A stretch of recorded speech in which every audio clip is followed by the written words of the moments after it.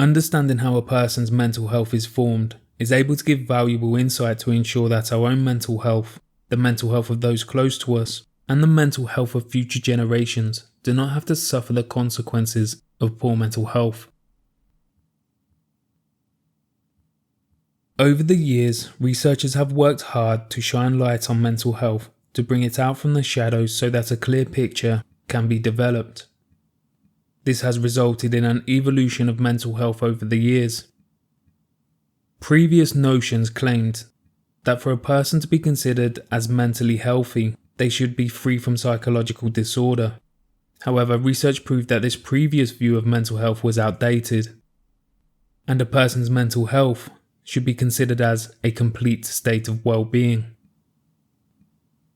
In 2004, the World Health Organization defined mental health as a state of well-being in which the individual realizes his or her own abilities, can cope with the normal stresses of life, can work productively and fruitfully, and is able to make a contribution to his or her community.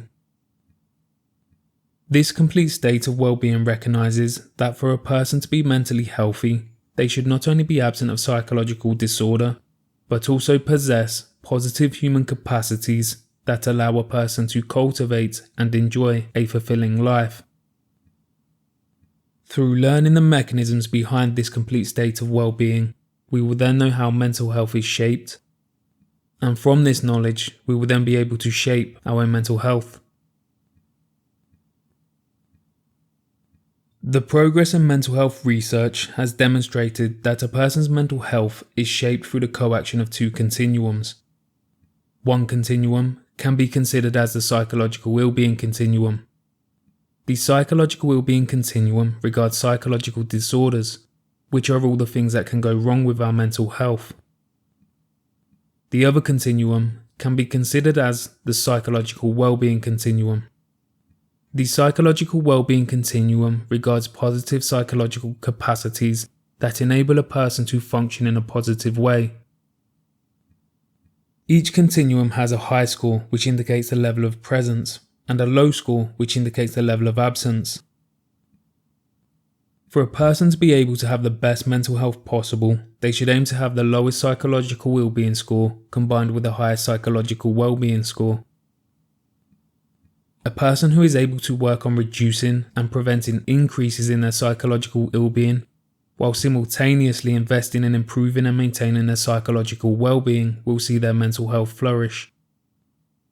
It is these mechanisms that shape our mental health, and when we engage in life's activities, we need to consider how these engagements are influencing our ill-being and our well-being, because they have the potential to alter the direction of our mental health. In 2010, researchers examined data collected from the Midlife in the United States National Study of Health and Well-Being between the years of 1995 and 2005. From the data, researchers were able to categorize people into 3 groups. These groups were flourishing, moderate, and languishing mental health.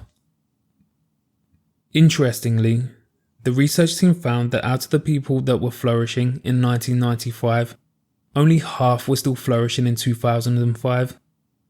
Out of the half that were no longer flourishing, 46% had declined to the moderate group, and 3% had declined to the languishing group by 2005. From the people classified as having moderate mental health in 1995, 2/3 of these people still had moderate mental health in 2005. However, 19% of the moderate group in 1995 were able to improve to the flourishing group, but unfortunately, 14% of the moderate group declined to the languishing group by 2005. Out of the people that were categorized as languishing in 1995, 51% of these people were able to improve their mental health to be classified as having moderate mental health, and 4% of the languishing group improved to flourishing mental health by 2005. This evidence informs that a person has the innate capability to improve their mental health regardless of their current disposition. However, this mechanism also has the potential to work in the opposite direction. A person who neglects the behaviour that caused their mental health to flourish will experience a decline in their mental health. This led to the promotion and protection theory on mental health, which claims we should aim to promote and protect our mental well-being continuum to cultivate an enriched and fulfilling life. If we recognise the decisions we make and the behaviours we engage in are not having a positive influence on our mental well-being continuum, then we need to change direction. Our mental health is something that we all have the ability to transform. Through taking accountability and control over our decisions and behaviours, we can steer our lives in a direction that promotes and protects our mental health. From this, we can take control over the fate of our mental health.